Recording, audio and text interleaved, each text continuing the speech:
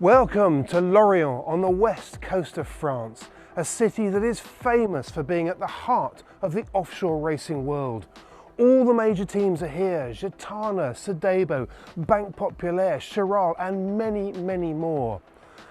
But Lorient is also famous because of this man, the late great Eric Tabarly, famous for his range of Penduic boats.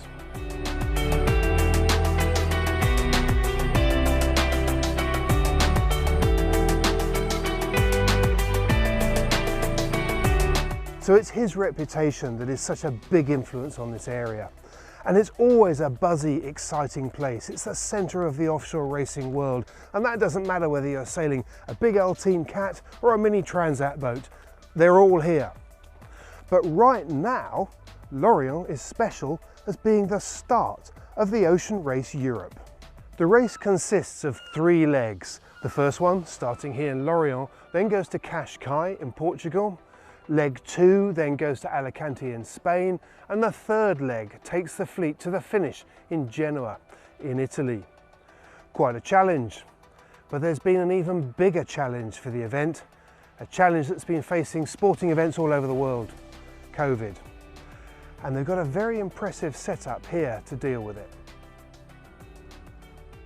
What we are aiming to do is, this first point, get a clear slate that know that everybody is going to be COVID free when they start the race, and hopefully when they get to the end in Genoa.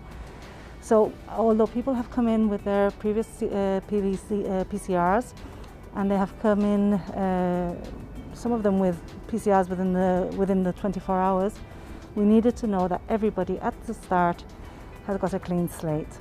Therefore, yesterday, rapid antigen test to everybody and PCR to those who are going to be travelling out of France within 72 hours. PCR tests will be repeated for those travelling at later dates, so that we make sure that there will be no problem in crossing international frontiers. So what about the teams that are taking part? Well, down here on the dock, where face masks are mandatory, we've got the Imoca 60 class, the first of the 2 groups. There's 5 boats competing in this particular class. If you followed the recent Vendée Globe, some of these boats are going to be very familiar to you. Like this one, Thomas Royant, linked out. She finished 6th. Another one is Nicolas Troussel's boat, Corum, although unfortunately he was dismasted quite early in the race. But she's back together now. Now here's a team that didn't do the last Vendée Globe, but the name is becoming extremely well known, 11th Hour Racing, Charlie Enright's team.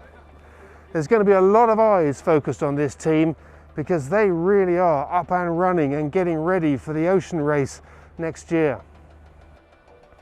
And then we have one of the newest teams in the fleet, Offshore Team Germany here. What's interesting about this team is that this is the one boat of the 5 that doesn't have the big horizontal foils. She's got far more conventional dagger boards. But given the variety of wind conditions that we're going to see over the next few days, it might just be that in certain circumstances they have an advantage. Anyway, that's all to play out. But aside from the teams themselves, one of the other things that's going to be really interesting in this race is that these boats are going to be sailed fully crewed. That might not sound particularly unusual, but bear in mind, these boats are generally designed to be sailed single-handed, maybe double-handed at most. They're going to have a crew of 4 or 5 people on board. That's going to make them pretty crowded for a start. But the other thing that's interesting about it is that none of the teams really knows how that's going to go, because with the full crew, they're going to be able to do sail changes and manoeuvres in a fraction of the time that they would expect. And that may well just change the whole performance profile of these boats. It's going to be fascinating to watch. Now, the other fleet to be taking part is this fleet, the Volvo 65s. Now, they are very familiar boats, of course, because they did the 2 previous Volvo ocean races. They're the same boats, rebranded, apart from one, Axo Nobel, who's in the same colours that it was in the last race. So let's go and take a little closer look. Now there are 7 boats in this fleet, and one of them is this one, the Mirpuri Foundation.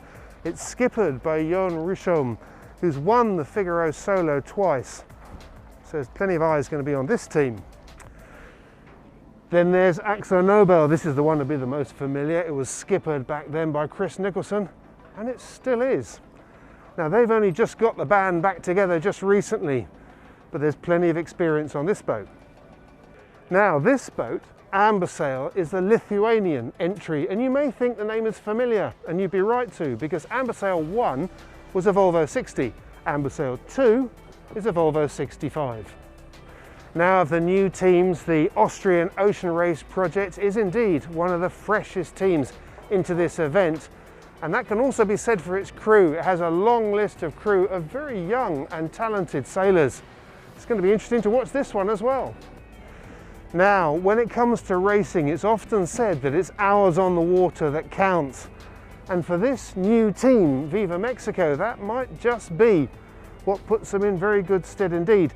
Because just to get here, they've already done 7,000 miles in a whole range of conditions. That's going to be pretty useful.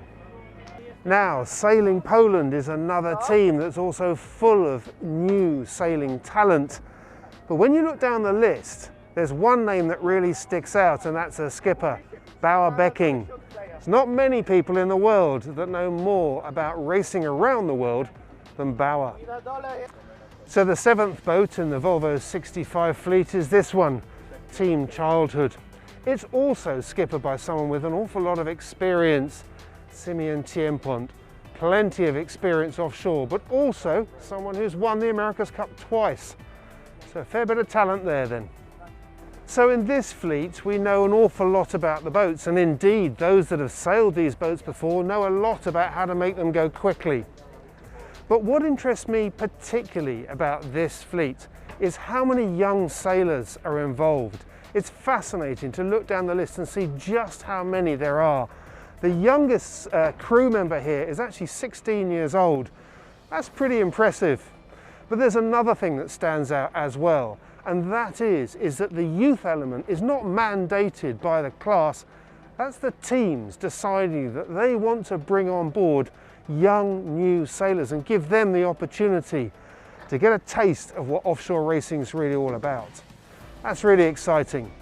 Anyway, the competition itself, that's going to be pretty exciting as well. Make sure you follow it. There's going to be live tracking that you can find on the Ocean Race website. That's theoceanrace.com. And of course, there's going to be plenty of videos and other material going up on the YouTube channel and of course the website itself. So stay watching. It's going to be a good one.